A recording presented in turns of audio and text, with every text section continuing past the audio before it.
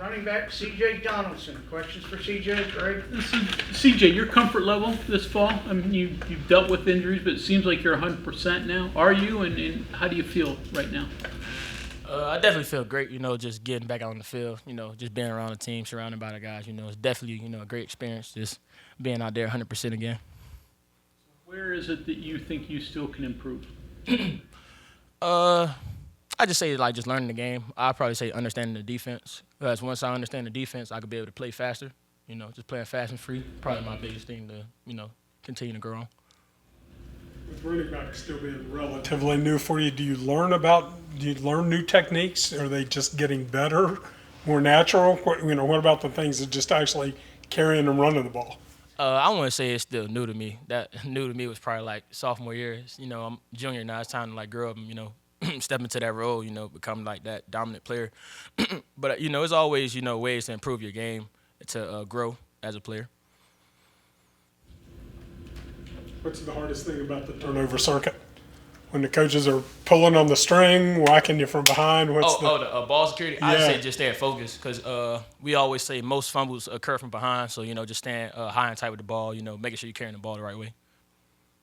CJ, I know it's a few weeks away, the backyard brawl, but how do you guys approach that week in the locker room together? It's kind of hard for us to, get our mindset there. We're just so focused on fall camp, just each, day, till we get to day 21, just trying to improve, increase, our gameplay, increase, just being out there together, getting the flow, getting rhythm with each other to prepare for our first game. So that's kind of a question that I could kind of answer more down the line. But, thank you just for, asking that. Yourself, you haven't dealt with a couple injuries. Is there a way that you can not take the big hits that may lead to those? Is there some technique, something you're learning to keep you from getting whacked around quite as much? Nothing really to avoid it. You got to kind of take that head on. I just say just take care of your body, just being a pro about it, not being a little kid, do what you got to do to, be at 100% the next day. What advice have you offered to Jaheim? You kind of are paired together, but he's going to be going through this year what you went through last year where you emerged, freshman sensation, etc., and he's dealing with it now? Just stick to the little things. Everybody gets so caught up on this big picture of, what's going on, but the little things going to lead you to the big things. So sticking to the little things always get you to where you need to be at. A couple of changes in the offensive line. Still a veteran group, but what do you see from the guys in front of you? Those guys definitely gel together. That's a room that's been with each other for so long that you could see, the connection, how they play on the field, just how they talk, just how they hang around with each other all the time. I say a few weeks before fall camp, we all had a gathering. The whole line was there, and they do that multiple times. Just how they gel together is so eye-opening. Talk a little bit about your relationship with Jaheim and how you guys not only get together, but talk about football and inside running, outside running, et cetera, et cetera. Jaheim, he's like my little brother, man. It's so funny to say that me and Jaheim grew up in the same neighborhood. So when he came in, I definitely took him under my wing. Now he emerged to where we basically co-partners in this running back room, and the relationship with each other is just so special. We always laughing, we always playing. You always see us just smiling with each other. That's something that he definitely brings the energy when I don't have it, and when he don't have it, I bring the energy to him. So we definitely light each other up. I got 3 touchdowns, you got 2, or Nah, it's more of we do it together. We stronger together than divided. I always tell them that people try to separate us, try to make it okay. He's the one, I'm the 2, I'm the 1, he the 2. We stronger together. Speed and power. What do you see out of the true freshman running backs? What I see, definitely a lot of raw talent. Those guys are special with the ball in their hand. It's definitely gonna take some time for them just to understand how it is to play on the at this level, at the power forward level. But over time they'll definitely emerge, and that running back room go keep rolling. Coach Scott is an amazing coach. He coached well, and they guys are picking up on it fast. Hardest thing for a young running back to learn, is it the blocking more than with the ball in his hands? What's the hardest thing for a freshman? You were there. I say just understanding pass pro, where they blitz from, how they blitz, who are who blitzes the most, where they blitz from, how they blitz. That's probably the biggest thing, just understanding pass pro. How competitive are you with Trey still? And Trey, how far does that go back? Today we had a team, so we have like a challenge doing our team meeting, and it was like a basketball shot, and they picked Trey on the defensive side. Instantly like jumped up, hoping Gigi picked me, but he picked Rod. You know, I ain't a basketball guy, but any chance I get to compete with Trey, it could be golf, it could be speed walking. Like I'm always try to like compete with him. He definitely sharpened my iron. I sharpened his iron too. Been like that forever? How far back does that go? We've been going at it since almost we was 8 years old. So like even when we do like pass pro, like today Trey, you know, he got the best of me at pass pro, but I'm always step up against him like each time. Like I just want to like compete against him. He want to compete against me. CJ, talking about some of the other backs, Jalen obviously had a tough year last year. It's really easy just to have a bad year, hop in the portal, go somewhere else. What do you think it says about him that he, you know, is still here and kind of determined to work through that? He just definitely believe in the team. You know, we all have a role. We always got to, you know, take on our role and do our job. So, you know, him just staying, you know, that he believes in the program and, you know, just how Coach Scott coaches, like, you know, we could definitely do a 3 running back system. We've done it before in the past, so we just all got to emerge and show that we could do it, you know.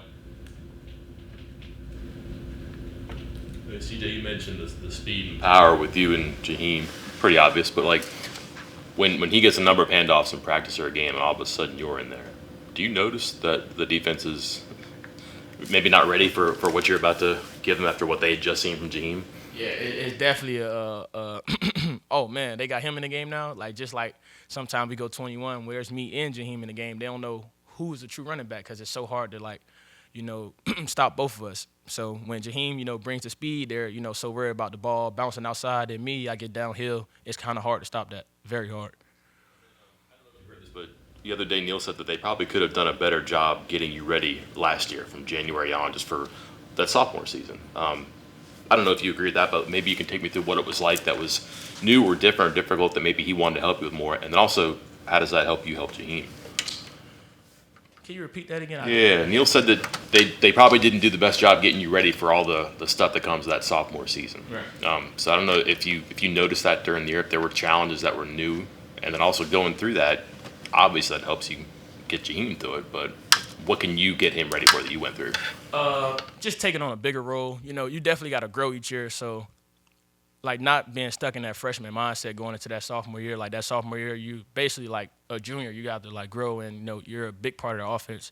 I just like definitely try to like keep them level-headed and keep them focused on like the main goal and not get so distracted about outsiders. The thing last year, were the distractions just a lot going on?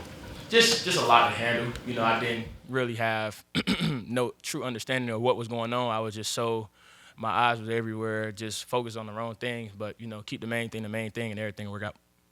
There's been a lot of talk, I guess, about your season last year, and the overall numbers can be argued as good, but you had a streak there. How would you evaluate your season last year?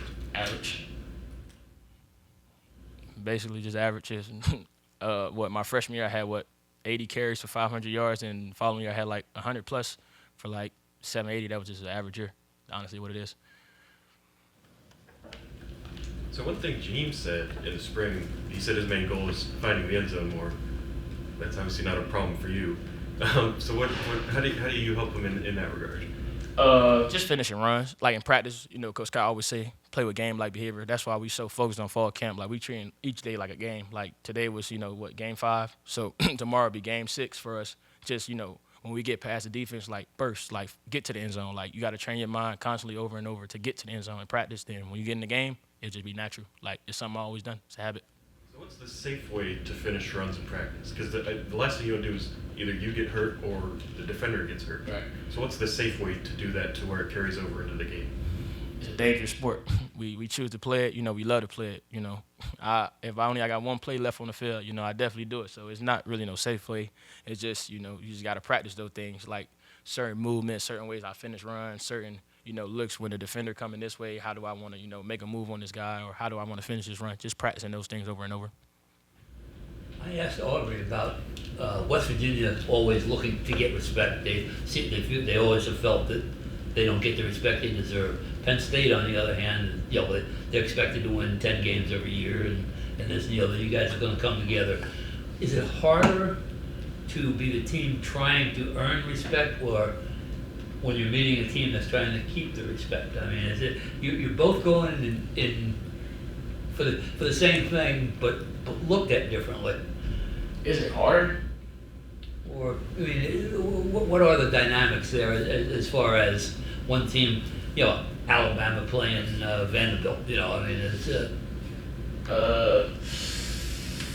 I wouldn't say it's kind of harder. It's, everybody has their eyes on Penn State, kind of heavy. We kind of like overlook. So we definitely like keep that chip on our shoulder, just remember it. Like last year, our big thing was, number 14.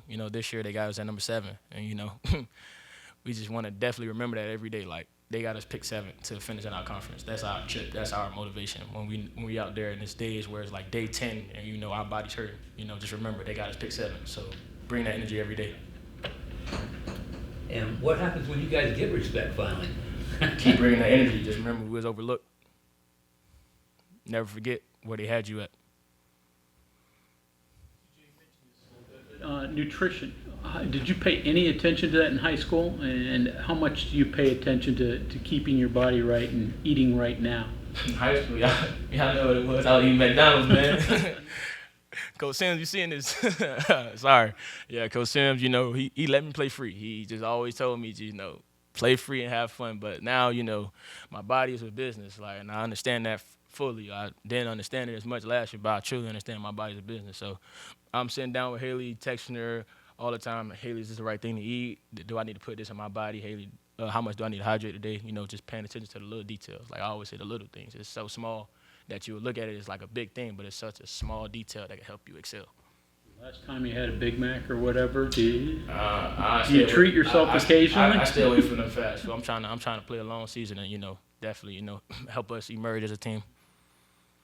You all go shopping as a group together, and what was the first time that you went to the grocery stores like with this list from the nutrition and dietitian here, finding the things? Haley goes above and beyond. She does more than she's honestly required. She'll take us, shopping on her free time, load up our red card. She honestly put me on a new drink called pomegranate juice. It helps you with inflammation. At first I didn't like it, but now it kind of grew on me a little bit. So she definitely goes above and beyond, just making sure we were ready to play the next day and we putting the right things in our body. Things there that you were buying, you were like, I didn't know this existed, or yeah. I was kind of shook at first. We were shopping. I was like, I don't really eat that. I don't really like that. Then as it grew on, I was like, man, my body feel great today. I think I should keep eating this stuff. So just listening to them, biggest thing, just listening to our resources, everything that's around us, use it. CJ, did you know Jaheim when you guys were in Miami? Yeah, that it's so funny that Jaheim's here. Because it's man, we grew up in the same neighborhood. We literally lived in the same neighborhood. That's little brother. For real. It's so cool just knowing we on the same team and we both in the same position room and we both just competing. I wouldn't say competing against each other, but we were competing to make each other better. He's gonna make a big play. It's all right. So he's gonna bring the energy. Okay, I gotta finish the runoff. So we we work together. We like a big grenade that work together. He was there the middle school age, and then he goes to York. He left in elementary, around that elementary time. Then he moved to York, PA, and then. Elementary. Yeah, I know him for. You play Pop Warner together or anything? We used to be on similar parks. Okay. We all play against each other. I know he played for North Dade for a couple, and I played for Gwen Cherry Bulls. So we all used to just emerge and play against each other. Yeah. He goes to York. Keep in touch, or when he came here, did you say, hey, I haven't seen you in a while? I wouldn't say we talked a lot, but we knew each other prior to him coming here, if that made sense. Small world. We're gonna do some homework. I think I said this a couple of times. Me and Jacoby, I knew Jacoby for a long time. Yeah, and then I played against Nico when I was younger. He had that team down there. They traveled, right? In Arizona. Okay. It's on YouTube right now. I don't want to tell the clip. He got me. I was at safety and he made a good play. Huh. All right. Homework. Okay, anything else for CJ? Thank you. Thank you.